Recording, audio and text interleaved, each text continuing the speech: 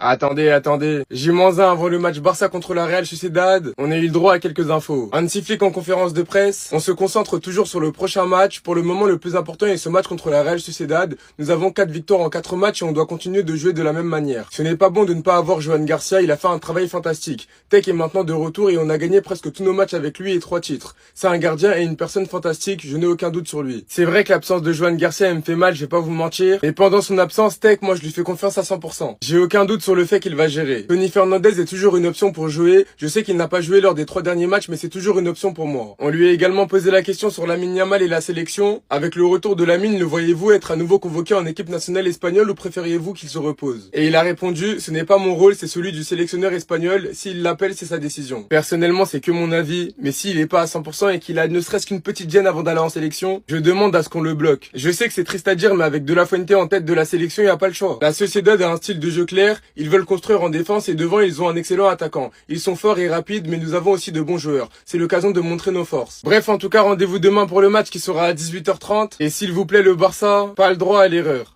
Les gars, beaucoup d'entre vous sont préoccupés par la blessure de Johan Garcia, et à juste titre d'ailleurs. Quand on voit que le club avait annoncé 5 à 6 semaines d'absence pour Gavi, et au final, c'est 5 à 6 mois d'absence, on est en droit de se demander si le club n'est pas trop optimiste pour Johan Garcia également. Analysons la blessure de Johan Garcia, et voyons voir est-ce que le club a raison d'être optimiste ou non. Pour rappel, Johan Garcia souffre d'une déchirure du ménisque du genou. Le ménisque, c'est le cartilage qu'on voit ici, et la déchirure pourrait ressembler à ça. C'est le genre de blessure qui arrive quand on fait un changement de direction brusque, ou alors lors d'une mauvaise réception après un saut. Ce type de blessure peut être traitée de 2 manières différentes. La première, c'est tout simplement de venir réparer le ménisque en mettant des points de suture pour recoller la déchirure. Le problème avec cette méthode, c'est que le cartilage met énormément de temps à cicatriser. Du coup, la période de convalescence dure entre 5 et 6 mois. La deuxième méthode, c'est ce qu'on appelle une ménisectomie. C'est tout simplement venir retirer la partie qui est endommagée. Et dans ce cas-là, la période d'arrêt est de 4 à 6 semaines. Bien sûr, il y a un inconvénient avec cette méthode-là, c'est qu'il y a une pression sur le reste du cartilage. Mais pour un gardien de but, ça devrait pas poser beaucoup de problèmes. Et pour les plus sceptiques, sachez que Courtois a subi la même intervention, il a eu la même blessure et il s'en est remis très vite. Comme vous pouvez le voir, en 2023-2024, sa blessure a duré 28 jours. Du coup, voilà pourquoi le Barça est aussi optimiste par rapport à sa blessure. C'est tout simplement parce qu'ils vont pas chercher à refermer la déchirure, ils vont tout simplement retirer la partie qui est endommagée du genou de Johan Garcia. La conférence d'avant-match de Hansi Flick, attendez, bougez pas, je vous explique. La Real Sociedad a un style de jeu clair, il mise sur la construction défensive et devant ils ont un excellent attaquant. Nous avons aussi de bons joueurs, c'est l'occasion pour nous de démontrer notre force. Ce n'est pas bon de ne pas avoir Garcia, il était en bonne forme, il s'est blessé lors du dernier match contre Oviedo. Quand on regarde la deuxième moitié de la saison dernière, on voit qu'on a gagné presque tous nos matchs avec Chesney. On a aussi gagné 3 titres avec lui, c'est un grand gardien, une grande personne et je n'ai aucun doute sur lui. Lamine joue-t-il demain? Qu'il soit sur le banc ou titulaire, l'équipe est prête. Lamine aura certainement du temps de jeu demain. Est-ce que je préfère que Lamine se repose ou qu'il rejoigne l'Espagne? Ce n'est pas mon rôle, c'est celui du sélectionneur national espagnol et s'il décide de le convoquer, ce sera sa décision. Nous voulons montrer aux supporters le même style de jeu que la saison dernière, malgré nos blessures, nous nous concentrons sur les joueurs disponibles. Tout le monde est convaincu que c'est le bon moment pour le retour de Lamine et nous sommes heureux qu'il soit une option pour nous demain.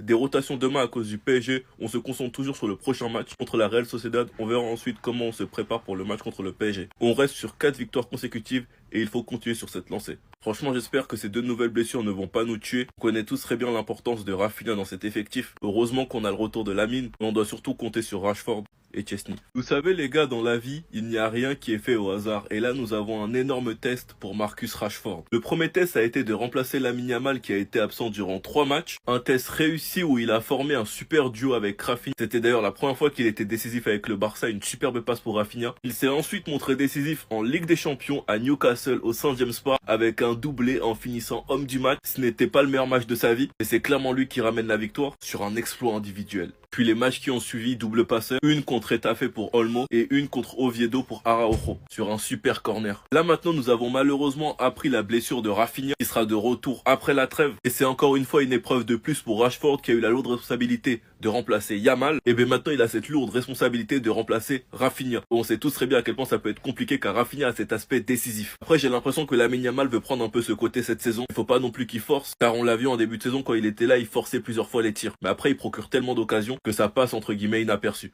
Marcus monte en puissance et j'ai l'impression que le destin fait bien les choses et qu'il est mis dans des conditions parfaites pour mettre tout le monde d'accord. Après Newcastle, ça peut potentiellement être le PSG. Décidément, Flick et De La Fuente ne vont pas cesser de s'envoyer des pics. Une question a été posée à Flick concernant De La Fuente et la possible sélection pour la trêve. Attendez, bougez pas, je vous explique. Alors tout d'abord, au retour de la trêve, vous savez tous que Lamine Yamal est revenu d'Espagne blessé. Une chose qui a énervé Flick. Flick a expliqué que l'Espagne ne prenait pas soin des jeunes joueurs comme Lamine Yamal, qui l'ont fait jouer sous médicaments malgré les douleurs, qu'ils n'ont pas été conscients et qu'en plus de ça, entre les matchs, il ne s'entraînait pas à cause des douleurs, mais il jouait quand même. Flick s'est plaint de ça au retour de Lamine Yamal. Une chose auquel De La Fuente a répondu, a expliqué qu'il s'en fiche. Que en gros, ce que Flick pense de comment il gère les joueurs, il s'en fiche et qu'il s'en souvient même plus. Du coup, la question qui a été posée à Flick, auquel il a répondu, est-ce que je préfère que Lamine se repose ou qu'il rejoigne l'Espagne? Ce n'est pas mon rôle, c'est celui du sélectionneur national espagnol et s'il décide de le convoquer, ce sera sa décision. Enfin bref, une situation assez étrange car il est revenu de trêve blessé à cause de La Fuente. Là, il est de retour contre la Sociedad. Il y a bientôt une autre trêve. Manquerait plus qu'il reparte avec l'Espagne et que De La Fuente manque encore une fois de vigilance. Sauf que là, cette fois-ci, on va tous péter un câble, on va aller faire une descente chez lui. Non les gars, c'est pas possible.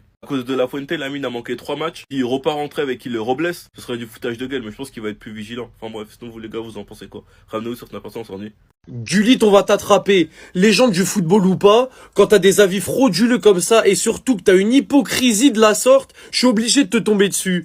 Regardez juste le vote de Gullit pour le trophée Copa, il a pas mis Yamal top 3. Il a pas mis Yamal top 3 meilleur jeune du monde, il a mis Doué en 1, Eysen en 2, Koubarsi en 3. Mais Gullit, quand après tu présentes la cérémonie et que Lamine Yamal il vient récupérer son trophée Copa, tu l'accueilles avec un grand sourire en lui disant peut-être à tout à l'heure. En mode tu fais le mec un peu, t'adores Lamine Yamal, tu me fais des classements comme ça. Tu me fais des classements comme ça, espèce de gros hypocrite. Heureusement que la plupart des gens qui ont gagné le Ballon d'Or ont regardé le foot cette année. Voilà, Messi a le classement qui a le plus de sens selon moi. Yamal, Doué, Koubarsi. D'ailleurs, il faudra reparler du fait que Koubarsi a fait top 7 au Trophée Copa. Top 7, alors qu'il doit faire top 3. Zidane, on est sur quelque chose de cohérent. Yamal, Doué, Neves, y a pas de problème. Rivaldo, Yamal, Neves en 3. Bon, il a mis Estevao alors qu'il fallait mettre Doué, mais il est brésilien, on peut pas lui en vouloir. R9, c'est pareil, il a mis Yamal et Doué, il a pas pu s'empêcher de mettre Estevao, il est brésilien. Bref, heureusement que la plupart des gens qui ont gagné le Ballon d'Or ont regardé le football cette année, pas comme toi, Gullit. Parce que Yamal aurait pu passer à côté de son trophée Copa à cause de tes avis frauduleux. Tu m'as mis Eysen top 2 et Yamal hors top 3. Tu m'as mis Koubarsi et Doué devant le meilleur joueur du monde, mais t'as pété les plombs. T'as pété les plombs, gros. La prochaine fois, au lieu de faire des grands sourires à Lamine Yamal, là, et des grandes stories à la fin des cérémonies du Ballon d'Or, tu reverras ton vote. Hein, parce que ne pas mettre Yamal top 3 en faisant croire toute l'année que t'es un mec fan de lui, eh ben, la vérité, c'est une dinguerie de faire ça, Gullit. Partie 2 des journalistes qui devraient être interdits au vote du Ballon d'Or. On commence avec le journaliste égyptien qui met Mohamed Salah premier. Juste à partir de ça, élimination, tu n'as plus le droit de voter. C'est du sabotage pur et dur, du nationalisme qui n'a rien à faire dans le vote du Ballon d'Or. Ensuite, on va continuer un petit peu la liste. Dembélé deuxième, pourquoi pas. Mbappé troisième, mais oui bien sûr. Et puis quoi encore? Mbappé troisième qui prend 0 titre. Élimination totale. On espère pour lui qu'il est interdit de vote dans absolument toutes les choses où on peut voter. Même sur un jeu vidéo, il a plus le droit de voter. Il a plus le droit de voter nulle part. Mais comme il n'a pas fait son intéressant assez longtemps, il a mis Cole Palmer cinquième. Bravo, on ne sait pas ce qu'a fait Cole Palmer cette saison, si ce n'est un bon match contre le PSG dans la Coupe du Monde des clubs. Lamine Yamal 9ème. Bon voilà, là c'est franchement, il se moque de nous. Ça sert à rien de rester plus longtemps dessus. Ensuite, on va au Mozambique avec Almiro Santos qui a mis Mbappé premier. Voilà, c'est énorme ce qu'il propose. Mbappé premier qui n'a pris aucun titre, on sait pas pourquoi, hein. Parce qu'il a soulier d'or. Ben ça c'est le soulier d'or justement. Il y a 2 titres bien distincts et en plus de ça, bref, je vais faire une vidéo sur Mbappé. La prochaine vidéo, vous allez. Deuxième, Mohamed Salah, pareil, pur et dur sabotage. Les gens ils ont dit Dembélé, Yamal, Rafinha, bref. Ça citait des blazes, il s'est dit non, bah tu sais quoi, nous on va mettre Mbappé, Salah, hop, regardez comment je connais le foot autrement que les autres, je regarde le foot, j'ai une autre vision du foot, voilà. Tu fais l'intéressant, élimination, t'as plus le droit de voter. Vinicius 4ème, on sait pas ce que Vinicius a fait. Désolé, je suis obligé de revenir sur le journaliste égyptien, j'ai oublié de parler de Bellingham. Bellingham 6ème, pareil, je sais pas ce qu'il a fait, c'est la saison dernière. Vas-y, bref, je me... Donc pour le Mozambique, pareil, interdit de voter dans n'importe quelle circonscription, dans n'importe quelle circonstance. Le terme vote doit être banni de sa bouche. Il a mis Hakimi hors du top 10, pareil, banni de sa bouche le terme j'arrive pas à parler. Petit bonus, on a les votants du Trophée Copa, donc les joueurs de foot, les entraîneurs, et je crois qu'il y avait des journalistes aussi.